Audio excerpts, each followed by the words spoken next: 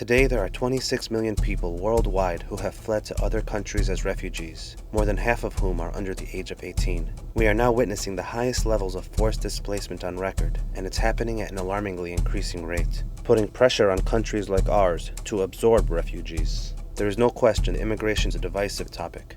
Pro-immigration activists highlight success stories like Steve Jobs, whose father was a Muslim immigrant from Syria. Some extremists go as far as idealizing a world without borders. Anti-immigration activists use fear of cultural and economic change and exacerbate it by the threat of terrorism. Many of these extremists stoke fear and hatred towards minority groups, especially the Muslim community. Countries are being overrun by migrants, mostly Muslims. Muslim immigration means more Islamic terrorism. The terrorists are sneaking through. It's the only religion that acts like the mafia, that will kill you. Popular American news outlets have become home to a slew of extremists who regularly inhabit the airwaves to distort the truth. But the root cause of the violence and persecution driving the displacement of millions is almost always ignored. About 74% of today's refugees originated from 6 places: Syria, Afghanistan, South Sudan, Myanmar, Somalia, and Palestine. These refugee populations appear to be quite varied. Some are Muslim, others are Christian. They hail from across Africa and Asia. Some fled civil war, while others fled genocide and ethnic cleansing.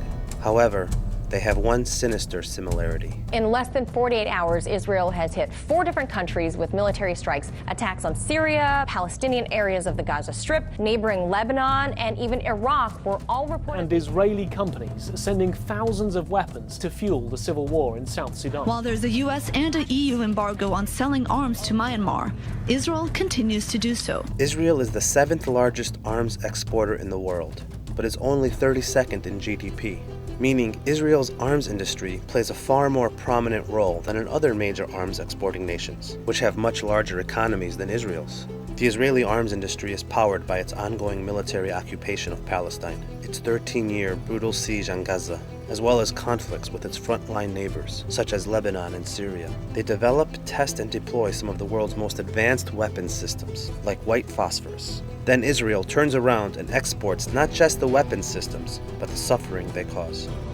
For instance, half of Israel's overall weapons sales are to India, whose government is also engaged in an illegal military occupation of Kashmir. If you account for the refugees in other places where Israel is known to have sold weapons during periods of civil war and genocide, like Rwanda, Bosnia, and Sri Lanka, Israel would be partly responsible for over 81% of the world's refugees. This makes Israel a major force for destabilization among the nations of the world. But you will not hear that on popular American news outlets, nor will you hear about the $38 billion in military aid that our government gives to Israel, which continues to support the Israeli arms industry, which is driving the world's refugee crisis right to our borders. Hundreds of thousands of migrants will eventually find their way to North America. It's just a matter of time.